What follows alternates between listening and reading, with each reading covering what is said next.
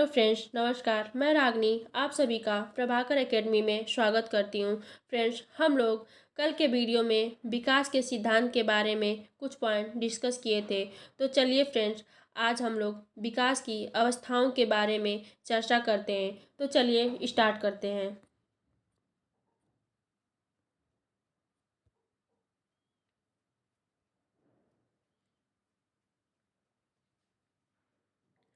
बाल विकास की अवस्थाएं, स्टेज ऑफ चाइल्ड डेवलपमेंट। इसमें फर्स्ट पॉइंट है प्रसव पूर्व, प्री नेटल स्टेज, 9 महीने या 280 दिन। प्रसव पूर्व जो होता है 9 महीने का होता है या फिर 280 दिन का होता है। यह अवस्था माता के गर्भाधान कंसेप्शन से शुरू हो जाता है। दूसरा है इसमें शैशवावस्था, इन्फेंसी स्टेज। ये जो होता है, दूसरा क्या है, शैशवावस्था, इन्फेंसी स्टेज, जन्म से 5 वर्ष। इस अवस्था में शिशु पूर्ण रूप से माता पिता पर निर्भर होता है। जब बच्चा छोटा होगा तो जाहिर सी बात है कि वो अपने माता पिता या बड़ों पर ही निर्भर होगा। वह अपने नित्य क्रियाकर्म को अपने से तो कर ही नहीं पाएगा। उसका व्यवहार मूल प्रवृत्तियों पर ही आधारित होता है। उसका जो व्यवहार होता है मूल प्रवृत्तियों पर आधारित होता है। मूल प्रवृत्ति जैसे हंसना, रोना, ये सब मूल प्रवृत्तियाँ होती हैं। इस अवस्था में जिज्ञासा, क्यूरियोसिटी ज़्यादा होती है। इस अवस्था में क्या होता है, जिज्ञासा बहुत ज़्यादा होती है। बच्चे जो भी चीज़ देखेंगे उसके बारे में जानना चाहेंगे। उनको हर दुनिया की हर चीज़ें नई ही लगती है। अगला पॉइंट है, इस अवस्था में आत्म प्रेम की भावना, फीलिंग ऑफ सेल्फ लव होता है। इस स्टेज में बच्चा होता है, जैसे ये बच्चा है, इस स्टेज में जब बच्चा होता है शैशवावस्था में, तो अपने आप से बच्चों को प्रेम होता है। बच्चा सोचता है कि सभी लोग हम ही से प्यार करें, हम ही को लाड करें और दूसरे को प्यार ना करें। अगला पॉइंट है, इसे खिलौने की आयु, टॉय ऑफ एज कहा गया है, क्योंकि बच्चों को खिलौने से खेलना खूब अच्छा लगता है। बच्चों को खिलौना बहुत प्रिय होता है इस अवस्था में। अगला पॉइंट है, इसे इसमें बच्चा अनुकरण, इमिलेशन द्वारा सीखता है। बच्चे जब शैशवावस्था में होते हैं तो बच्चे अनुकरण के द्वारा बहुत सारी चीज़ें सीख लेते हैं। अपने से बड़ों का, बड़े जो उनसे जो बड़े जो भी कुछ करते हैं उनसे सीखते रहते हैं। इसीलिए बच्चों के सामने हमेशा अच्छे से ही पेश आना चाहिए, अच्छी आदतें उनके सामने पेश करनी चाहिए। अगला है अगला है इसे अतार्किक चिंतन की अवस्था कहा गया है। जब बच्चा शैशवावस्था में होता है तो उसमें जिज्ञासा की तो भावना खूब होती है, लेकिन वो उसमें तर्क की शक्ति नहीं होती है। वो तर्क किसी चीज़ पे नहीं कर पाता है कि क्या है, क्यों है, कैसे है, इन सब चीज़ों के बारे में ज़्यादा तर्क नहीं कर पाता है। बस वो हर चीज़ों को जानना चाहता है।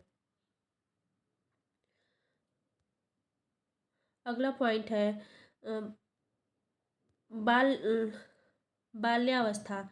अगला क्या है, बाल्यावस्था, चाइल्डहुड स्टेज, 6 वर्ष से 12 वर्ष तक। इसे तार्किक चिंतन, लॉजिकल थिंकिंग की अवस्था कहा गया है। क्या, तार्किक चिंतन।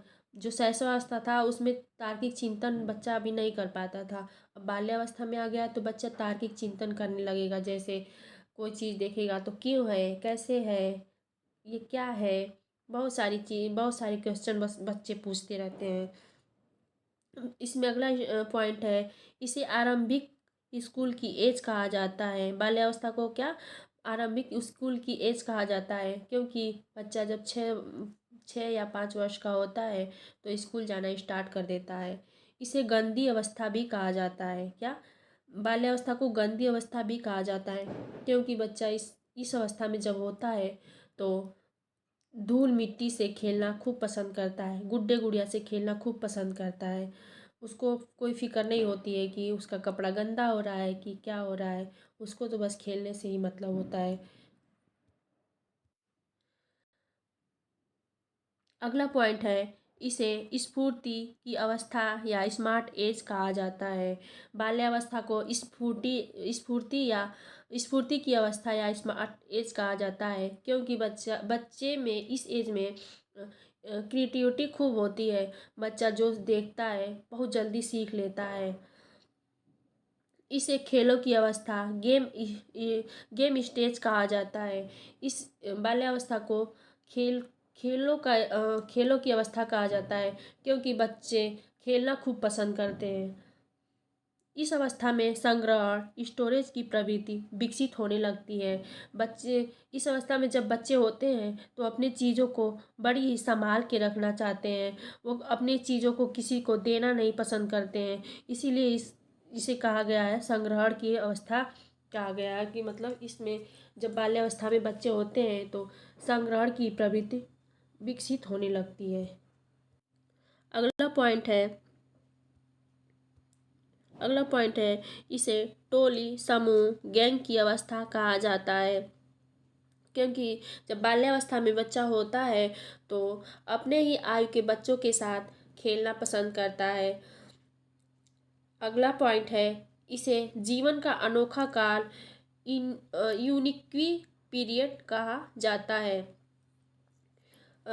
इसके पहले हम लोग पढ़े थे क्या इसके पहले जो शैशवावस्था को हम लोग पढ़े थे, उसको कहा गया था जीवन का इसको कहा शैशवावस्था को इसके पहले हम लोग पढ़े थे कि खिलौने की आयु कहा गया था। इसी तरह बाल्यावस्था को जीवन का अनोखा काल कहा जाता है। इसमें चौथा पॉइंट है किशोरावस्था। क्या है किशोरावस्था? ये होता है 12 वर्ष या 13 वर्ष से 18 वर्ष तक। इसमें फर्स्ट पॉइंट है, इसे जीवन का सबसे कठिन काल कहा जाता है। क्या कहा जाता है? इसे जीवन का सबसे कठिन इसे जीवन का सबसे कठिन काल कहा जाता है, क्योंकि इस अवस्था में जब बच्चा आता है तो उसके अंदर बहुत सारे हार्मोनल चेंजेस आने लगते हैं। जैसे लड़का है तो उसमें दाढ़ी मुचकाना और बहुत सारे चेंजेस आते हैं। लड़की है तो उसमें पीरियड साइकिल का स्टार्ट हो जाना। इसीलिए इसको कठिन काल कहा जाता है। अगला पॉइंट है, इसे तनाव सॉरी इसे संघर्ष तनाव आदि तूफान और उलझन की अवस्था कहा जाता है। जब बच्चों के अंदर बहुत सारे हार्मोनल चेंजेस होते हैं तो वो अपनी उलझने किसी से शेयर नहीं कर पाते हैं। लड़कियां हैं तो अपनी दिक्कतें किसी को जल्दी शर्म के मारे बताती नहीं है। और बच्चों में भी ऐसे ही सेम दिक्कतें आती हैं। इसीलिए इसको तूफान उलझन संघर्ष तनाव की अवस्था कहा जाता है। अगला पॉइंट है, इसमें विषमलिंगी आकर्षक होता है। क्या होता है? विषमलिंगी आकर्षण होता है। जब जब बच्चे किशोरावस्था में होते हैं तो बच्चों में विषमलिंगी आकर्षण बहुत ज़्यादा होता है। जैसे लड़का है तो लड़की के प्रति, लड़की है तो लड़का के प्रति आकर्षण होता है। अगला पॉइंट है, इस अवस्था को स्वर्ण काल या गोल्डन एज कहा जाता है। बाल्यावस्था को क्या कहा गया था? उसके पहले हम लोग पढ़े थे अनोखा काल कहा गया था। अब इसमें इसको गोल्डन एज या स्वर्ण काल कहा जाता है। अगला है, इस अवस्था में वीर पूजा हीरो वर्शिप की भावना होती है। जब बच्चे किशोरावस्था में आते हैं तो वो किसी किसी समाज सुधारक या किसी देश प्रेमी को अपना आइडियल मान लेते हैं और इसी के बताए हुए मार्गों पे चलना पसंद करते हैं। इस अवस्था में बच्चों में अमूर्त चिंतन, अब्स्ट्रैक्ट थिंकिंग, अमूर्त चिंतन करने करने लगते हैं। बच्चों के सामने जो चीज़ नहीं होती है उसके बारे में भी सोचना स्टार्ट कर देते हैं। तो फ्रेंड्स, हम लोग आज के वीडियो में बस इतना ही डिस्कस करते हैं। कल के वीडियो में आनुवंशिकता और वातावरण के बारे में कुछ पॉइंट है उसको डिस्कस करेंगे। Okay friends, thank you.